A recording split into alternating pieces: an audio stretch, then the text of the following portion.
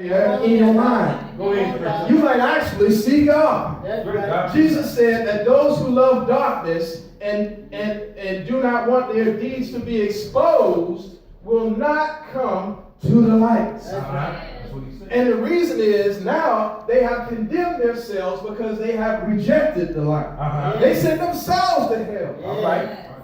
There's many people running from the truth, y'all. And what they do is they put up an argument of a strong man. Listen to Psalm 139. Where can I go from your spirit? Yeah. Where can I flee from your presence? If I go up to the heavens, you are there. If I make my bed in hell, you are there. If I say, surely darkness shall fall on me, even the night shall be light unto thee. Indeed, darkness shall not hide from you. Where are you going to go if even darkness can't hide you from God? God don't matter. Where you going to go? Where are you going to hide? Where you going to hide? You can't hide. You can't hide.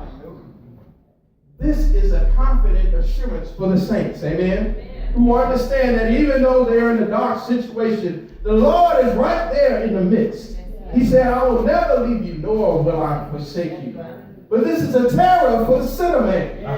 God sees everything that you do. So you can no longer beat your chest in pride. I'm a Republican. Trump has all the answers. Huh? You can't beat yourself in pride and in self-righteousness as if your philosophy has all the answers. All right. But now you must beat your chest in mercy. Lord, have mercy on me because I'm a sinner. Have mercy on me because I'm a fornicator. I murdered somebody with my mouth this week, Lord. I committed adultery every day in my mind. And I have no power on my own to stop this. This is a terror for the sinner man.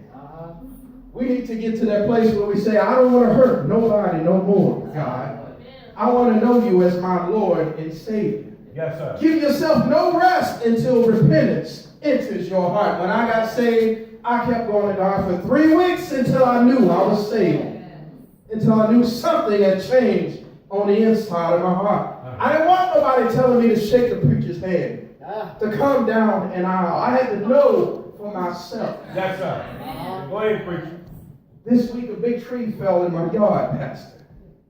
The biggest tree on the block. And I could see how God worked. And I could see his hand in this thing because it broke in 4 pieces. One piece was still standing up. The first piece went down right behind, just behind the 2 cars and blocked me in the driveway. I said, man, what in the world? Oh, this is great. My cars didn't get hit. I was on the phone with the pastor. I had no idea that it was snowing. We was talking last Sunday. Had no idea. Was it Sunday or Monday? It was Monday. Had no idea. And all of a sudden, I mean, that thick stuff. I mean, oh. And I could see that I needed to do something quick. So I moved the first car and got it out. And then I got stuck in the mud. But I was able to move my wife's car, shoveling and moving and shoveling and moving. And as soon as I moved her car, she out there going, don't do nothing. Don't mess with the car. Whatever's going to happen, it's going to happen. Whatever's going to happen, it's going to happen. It's just going to happen. It's just going to happen. She wanted a new car anyway. I said, I'm moving this car right now. I moved that car with a quickness. Sweating. Pajamas on, pajama pants on, I moved. Oh my God. They in style anyway. People go around with pajama pants anyway. And as soon as I moved that car, that's when that tree fell. Boom. Hit the house. I'm like, Lord, I just got the roof. Oh, Lord, I just got the roof. And I just got the gutters. Why, oh, why did this tree have to fall today? I had a premonition several times that that tree might fall. Because it had been struck by lightning before we moved in there. And a big part of the branch facing toward the street had come off. And so it was already kind of, you know, and I'm looking at it. About 3 weeks ago, someone said, you know that tree gonna fall, right? And I'm like, that tree gonna fall. And she didn't want me to touch it, didn't want me to trim it or nothing. And so as soon as I started listening to her, the tree fell. Now here's the thing. The tree provided shade and privacy. But eventually the adverse elements got down into the weak spot. Go ahead. Are you hearing? Go ahead. Got down into the weak spot. The issues that weren't addressed before all of a sudden became deadly. Yeah. And that cold and that rain and that ice Heavy got all down in there and then weighted it down and the tree crumbled. Yeah. And so that's how sin and darkness works in our lives, when we try to hide in it or create a shelter for ourselves, an oasis of sin. Go ahead, boy. Man, that girl over there in Hampton, boy, I'm telling you right now, don't nobody know about this thing. And so when we let that stuff keep growing, guess what? It's gonna come out. No question. You want to expose yourself. That's right. Number 7, I got to move on. God allows darkness for his own purposes in our lives. Amen?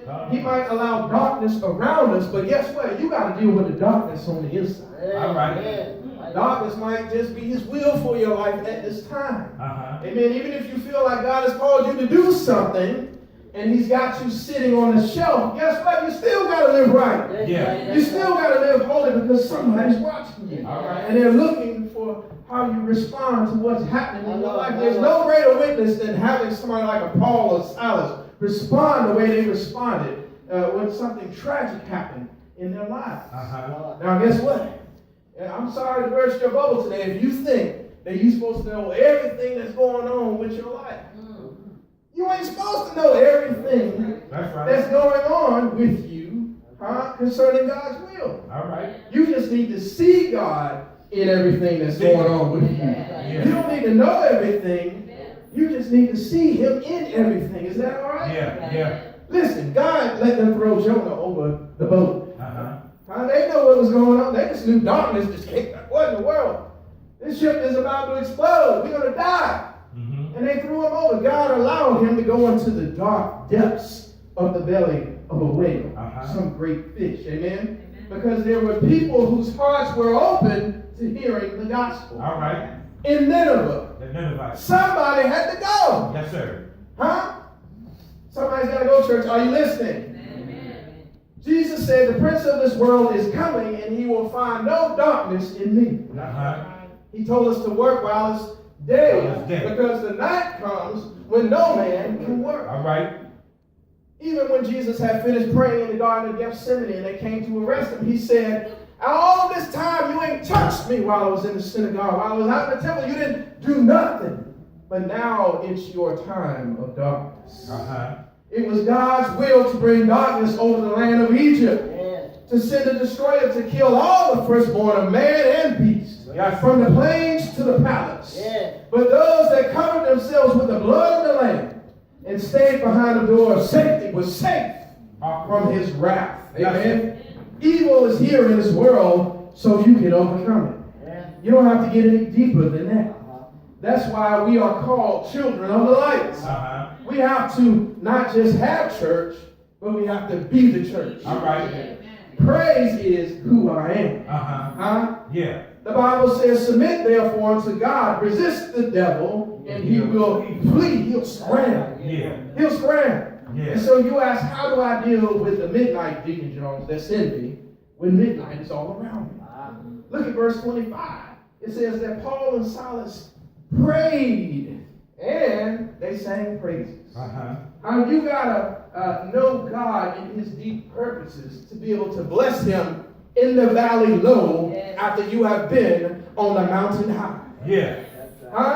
You got to know something about God to be able to do this. Uh-huh. It's not for amateurs. It's not like the Apollo amateur hour. It's not like that. It takes a while to trust the Lord. Yeah. And you will get swept off the stage real quick. Point number 8. We need to have a better witness, which comes from identifying with God and remembering that he is sovereign, that he is majestic, and that he is all-powerful. Yeah. Can I read from the Daily Bread? Yeah. Some of us are inclined to look at the world and see only what's wrong. National Geographic photographer DeWitt Jones uses his profession to celebrate what's right about the world. Uh-huh. He waits and watches until a shaft of light or a turn of perspective suddenly catches or reveals a wonder that God had all along. Yeah. You just couldn't see it because it was at a different angle. Amen? All right. If anyone had reason to focus on the wrongs done to them in this world, Job had more reason than that. All right. Job cried to the heavens for help, but he got no answer from the Lord. Uh-huh. Finally, when the chaos of a whirlwind and the darkness of a storm came, God asked Job a question. He said, consider the wonders of nature that reflect a wisdom and power that is far beyond your own. Amen. Humble yourself before the mighty hand of God. Excuse me. Job 38. Yeah. You know the text. Yeah. The Lord reveals his omnipotence to Job. Amen. Yeah. Verses 1 through 18. He said, who is this that darkens counsel? My words without knowledge. Prepare yourself like man. I will question you and you will answer me. Where were you when the foundations of the earth were laid? Yeah. Tell me if you have understanding. Yeah. And it goes on. Amen. Yeah. Yes, it does. It goes on all the way to verse 18. That's verse 17. He says, have the gates of death been revealed to you, Job? Or have you seen the doors of the shadow of death? Yeah. Have you comprehended the breadth of the earth? Tell me if you know this, so I can get learned. You understand me? The Creator. Tell me, Job. Talking to you. We need to understand that God is sovereign and we need to rest in that. Yeah. We need to draw from him how he lovingly identified with us on the cross. You need to think about that sometimes and respond accordingly and let that fuel your worship. Let that give you a passion for your worship. Not the fact that you want some relief from your circumstances. I'm going to worship him once everything get in line. Pastor, I'm going to come see you one day. Right now, I'm chasing these dollars. All right. Remember also the resurrection. Yeah. Listen to this. When you are abased and humbled to do God's will, it is similar to being planted in the earth, dying in the ground, but after a while, you're going to get up. You're going to raise up to newness of life. The trial is going to change your character. It's not there to hurt you. And your spirit will be better for it. Right. It's going to give me a holy perspective on how God deals with his people. I didn't come up with that. We go through things so we can better learn who God is. All right. In every circumstance, every situation, it's an opportunity to learn and fellowship with him. When we don't let go of our inner struggles, they overtake and control us. But we also can participate in the refining process of our character. And it will be a sound of worship that others in dark places can hear. Are you hearing me? When you look at the text, it says the prisoners heard them. Right. While they were saying, listen, you can hear, but then you can hear. You understand what I'm saying? Your spirit hears something. There's something about that praise. There's something about that worship that's genuine. That's real, that I want in my life.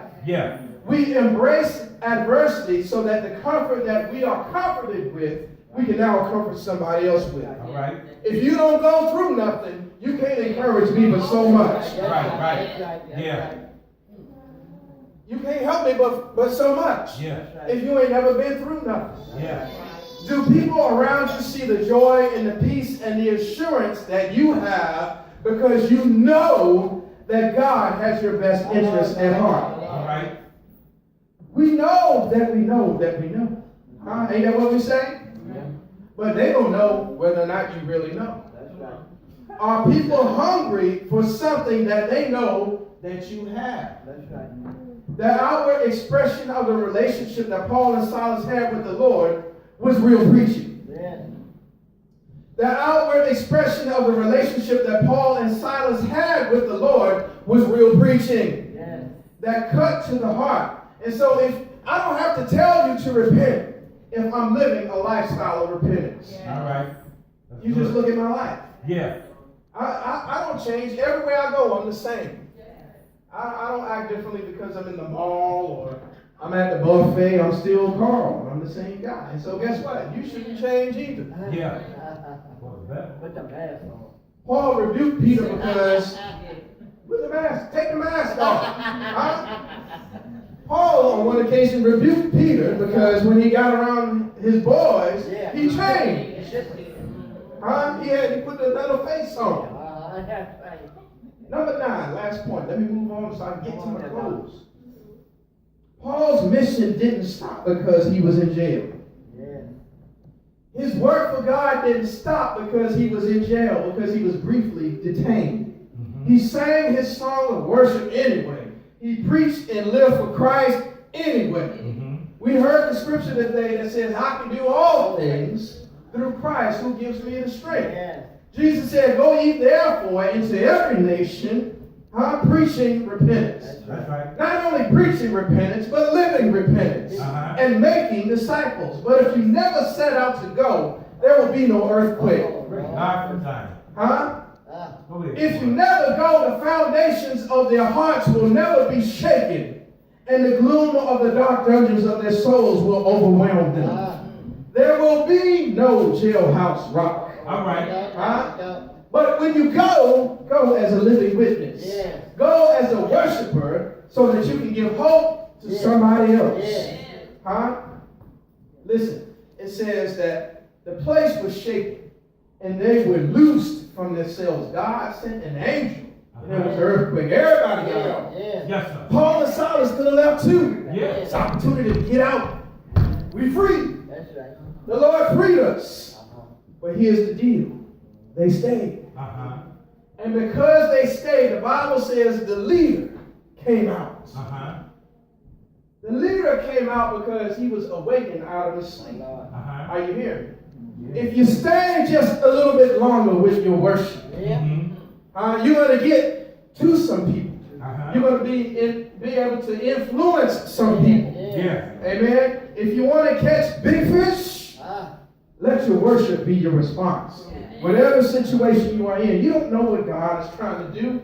Don't be so quick to avoid whatever is going on. Stop trying to get out of everything. Oh, Lord, this got to be the devil. Everything is not the devil. It's not. Now, as I move to my close, I don't know what songs or prayers that they prayed, but it says that that's what they did and something happened. I don't know what songs and prayers welled up in the hearts of Paul and Silas, because the Bible says that they had beat them with rods. And I know the boys must have been hurt. Yeah. Lord have mercy. Beaten severely with rods. You need the grace and the power of God in your life to be able to go through something like that. And then on top of that, to be able to still praise the Lord. Yeah. Lord have mercy. When I got up today, sometimes I got to roll over in bed. I got to take a hot shower, no cold water, straight hot to loosen up. But nobody beat me with no rods. They might have recited Psalm 43. Vindicate me, O God, and defend my cause against ungodly people. Yeah. From deceitful and unjust men, Lord, deliver me. For you are the God in whom I take refuge. Send your light and your truth. Let them lead me. Let them bring me to your holy hill and to your dwelling.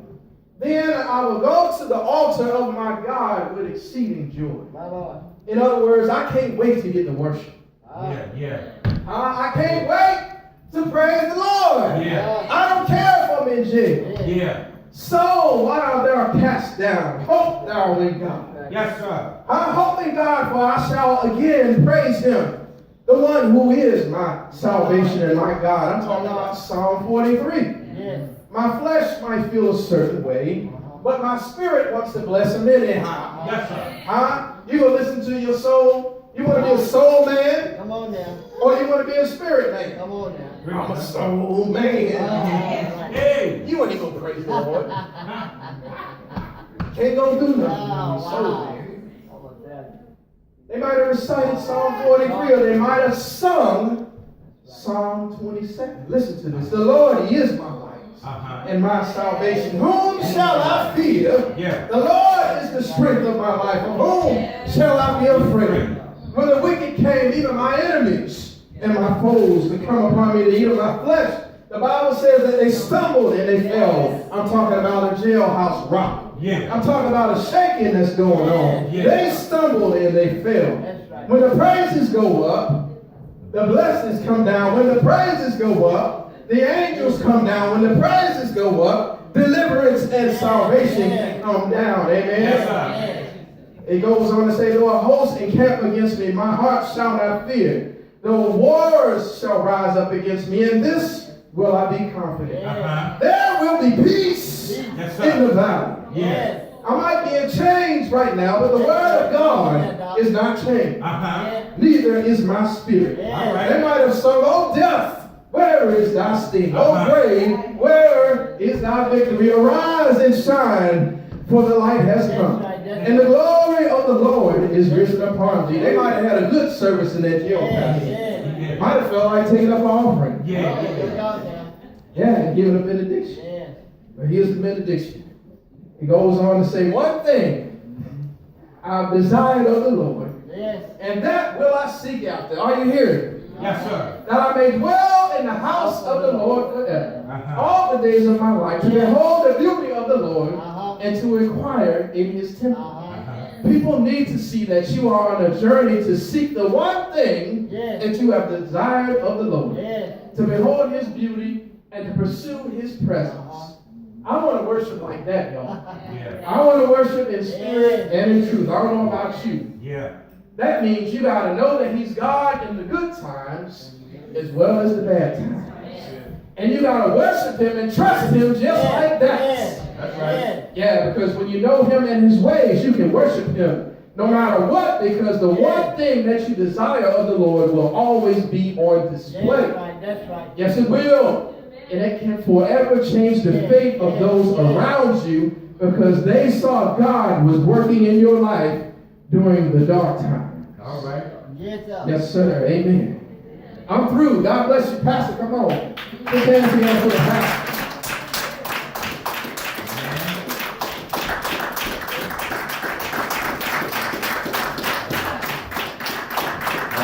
Come on. Wasn't that good? That was real good, wasn't it? All right, sit down. 1 second. Wow, I'm still kind of when preaching like that marinates in me. It's sobering when you can get a word like that, because all of us in here have faced dark times. I don't know about you all. I have been locked up. I've been to jail several times. I have been handcuffed. I even been on the couch. And I had to play crazy to get out of the army. But thank be to God. In my darkness, I was able to do the light. That's right. He let me go and he loosed me. There ain't nothing wrong with me. I just had to figure a way out to not get a dishonorable discharge. And so I did. So the Lord is so good. I don't know what's going on with you all today.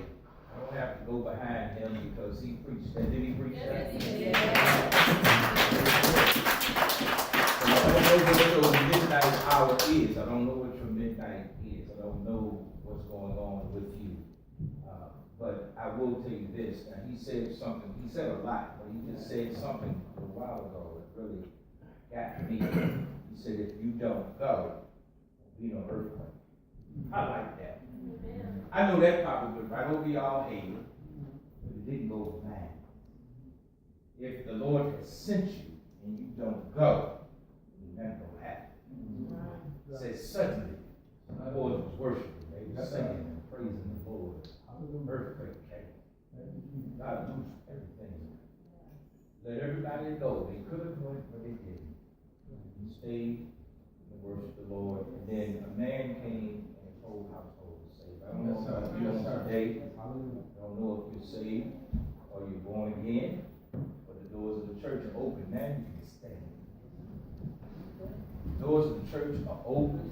If you don't know him and the pardon of your sins, you need to come. You don't need to wait around for an earthquake to happen.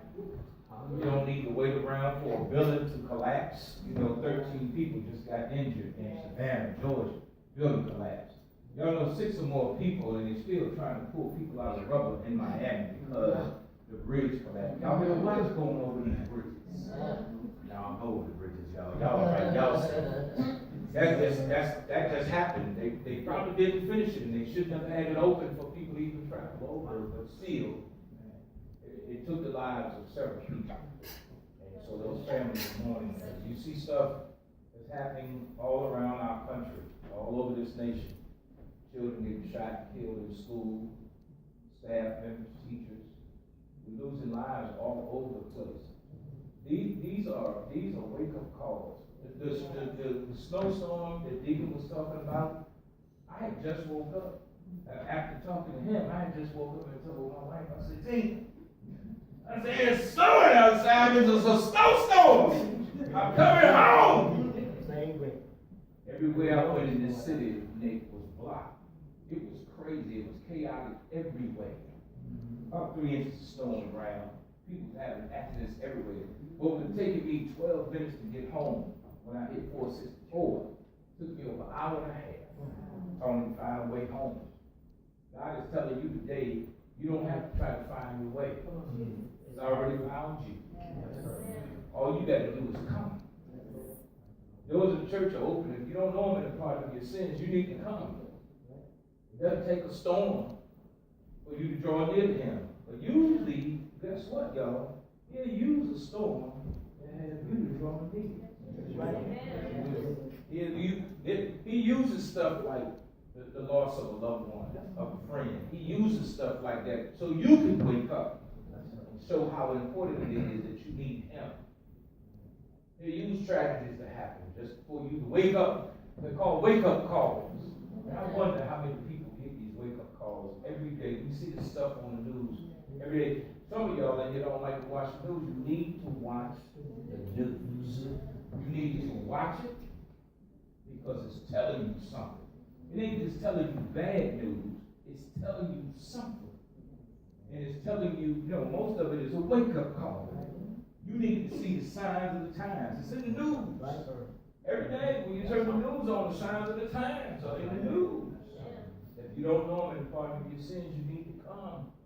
Because he's waiting on you. He's been waiting on you. And he's still waiting on you.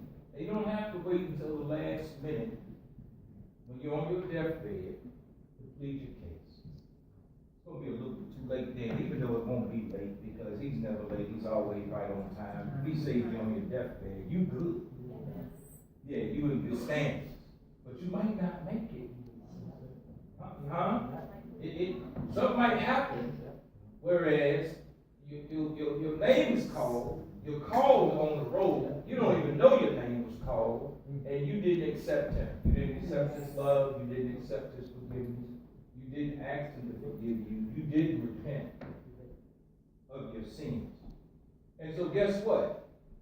He's a pitiful God, but he shows mercy to us. But guess what? It ain't going to work in the end. It's not going to work in the end. Now, he's still a merciful God. He can save you on your deathbed. But why waste your life and come to that point of your life and cry out to him? Now you need him because you don't want to go to hell. The doors of the church are open. The doors of the church are open. He gave it to us plain and simple. You don't have a church home and you're looking for a church home, St. Paul will open his doors to you. We'll love you if you let us love you, and that's your choice. We welcome you here at St. Paul.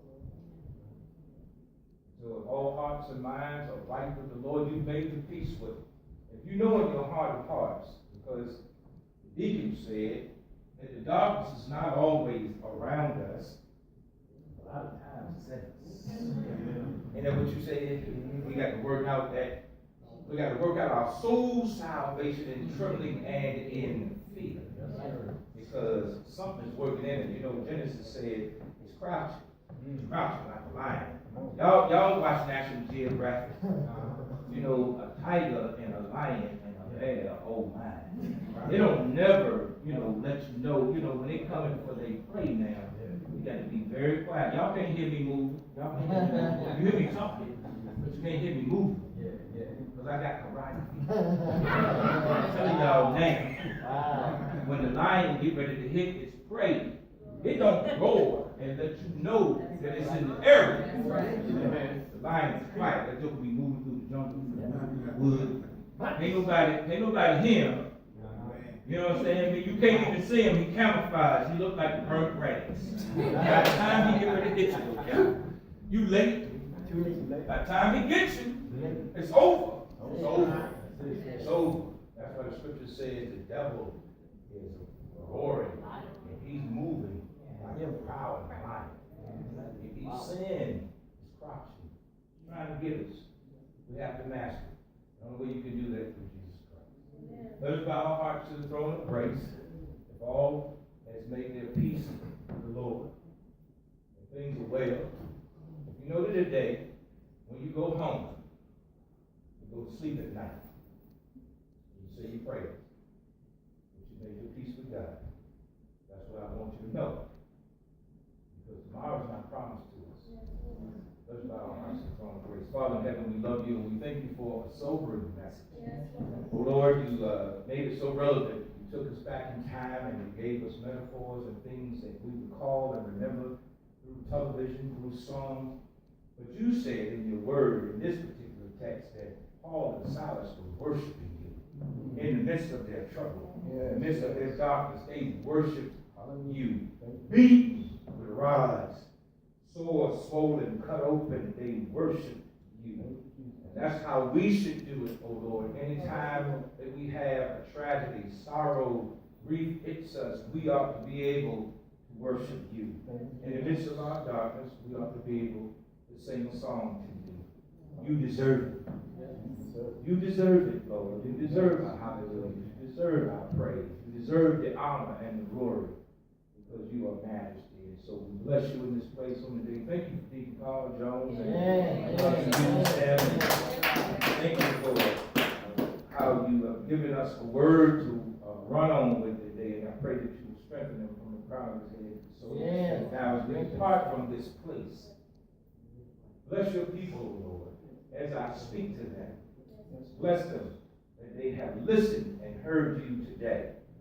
And that they will do something with what they heard, O Lord. And we'll give you all the glory, all the honor, and all the praises. In the precious name of your Son, Jesus Christ, let everybody who love him and agree say amen. Amen. Say amen again. Amen. Grace, peace, and mercy be yours until we meet again. Up somebody, say somebody's name in the Lord. Amen.